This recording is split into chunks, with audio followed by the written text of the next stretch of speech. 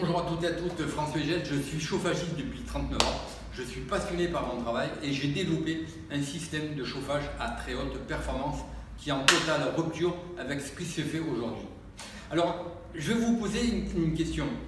Qu'est-ce qui fait la performance de votre chauffage? La performance de votre chauffage, mes amis, elle est due à deux choses. Elle est due à la température d'eau de circulation.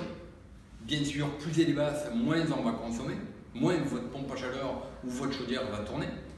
Et elle est due à l'inertie. L'inertie, c'est le temps de réactivité. En combien de temps votre chauffage va monter en température? C'est le plus important. Le plus important, c'est l'émetteur de chaleur et ce n'est pas la chaudière ni la pompe à chaleur. Que ce soit une chaudière, quelle que soit la marque, elles ont toutes le même rendement. Que ce soit une pompe à chaleur, elles ont toutes le même rendement également. Alors, vous l'avez compris, les systèmes de chauffage qui existent aujourd'hui, vous avez du radiateur, vous avez du plancher chauffant, vous avez la climatisation. Alors, quel est le chauffage le plus performant? Déjà, un radiateur va fonctionner entre 55 et 65 degrés de température. Un plafond chauffant, pour information, va consommer 3 fois moins. Un plafond chauffant travaille à 25 degrés de température d'eau. Un radiateur entre 55 et 65 degrés de température. Donc on a vite fait de voir, un radiateur est de loin le chauffage le moins performant. Tout comme la climatisation. Quand vous avez un ventiloconvecteur, la température d'eau dans un ventiloconvecteur va être de 55 degrés comme un radiateur. Et vous allez avoir un problème de convection, un problème d'air, un problème de bruit. Les radiateurs ou la climatisation travaillent sur un système à air. Donc l'air étant un isolant, regardez vos doubles vitrages. Vos doubles vitrages, pourquoi maintenant on met des triples vitrages? Parce qu'on met une lame d'air entre chaque vitrage. Avant on avait les simples vitrages, après on a fait les doubles vitrages dans lesquels on mettait de l'air. Et après maintenant on est au triple vitrage. Pourquoi? Parce que l'air est un isolant. Qu'est-ce qui fait la performance d'une isolation? C'est l'épaisseur d'air que vous avez dans votre isolation. Tout simplement. Donc, la performance d'un chauffage, elle est due à l'émetteur de chaleur. Attention, j'ai dit que les rendements des pompes à chaleur, des chaudières avaient tous le même rendement, c'est un fait. Mais par contre, il y a des génératrices, des pompes à chaleur, des chaudières, qui ne sont pas fiables du tout. Alors, allez sur des produits, si possible, français, qui sont testés. On est des Français, on doit faire travailler notre pays. Il n'y a pas besoin d'aller en Chine pour acheter des chaudières. Aujourd'hui, on fabrique, on est très bon dans le chauffage. Ça n'a pas été le cas pendant des décennies, mais aujourd'hui, on a des chauffages français qui sont très fiables. On a des très grandes marques de chauffage, que ce soit même des chauffages solaires, que ce soit des pompes à chaleur. Alors on a vu tout à l'heure que le plus important, c'était l'émetteur de chaleur. Alors pourquoi l'émetteur de chaleur? Un émetteur de chaleur doit répondre déjà aux futures normes, la RT 2020. La RT 2020 veut qu'un chauffage ait la température la plus basse possible afin de consommer le moins et le moins d'inertie. Alors l'inertie, c'est le temps, la réaction, la réactivité de votre chauffage.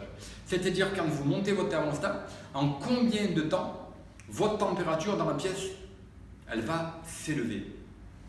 Sur un concept de plafond chauffant rafraîchissant ou, comme ici à l'Hôtel des Pins à Montélimar, des murs chauffants, l'inertie est de entre 1 minute et 20 minutes. À titre d'information, sur un plancher chauffant, l'inertie est de 24 heures. Pourquoi? Parce qu'il va falloir chauffer d'abord le tube et il va falloir traverser les 6 cm de béton plus 1 cm de colle et 15 mm de carrelage. On a minimum 9 cm de béton. C'est pour ça qu'un plancher chauffant, ça ne se régule pas du tout ou très mal. L'avantage d'un plafond chauffant idéal terme, c'est qu'on va pouvoir réguler la température vraiment au dixième de degré près, en un temps record. C'est ce qui fait toute la performance, toute la pertinence d'un chauffage, elle est essentiellement due à ça. Alors n'hésitez pas à regarder des des vidéos, je poste des vidéos toutes les semaines. Et n'hésitez pas à regarder les vidéos sur des thématiques, que ce soit l'énergie, que ce soit la pompe à chaleur, que ce soit la climatisation, que ce soit le plancher chauffant ou quoi que ce soit. C'est une chaîne d'information.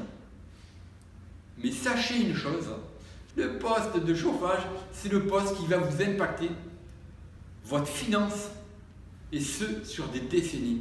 Faites très attention parce que un chauffage économique, écologique, comme un plafond chauffant ou un mur chauffant, comme vous en avez ici à l'Hôtel des Pins, va diviser minimum votre chauffage par 3 compartiments à des radiateurs et va consommer minimum 50% de moins qu'un plancher chauffant. Aujourd'hui, des plafonds chauffants rafraîchissants Idaltherm, on en a dans toute la France.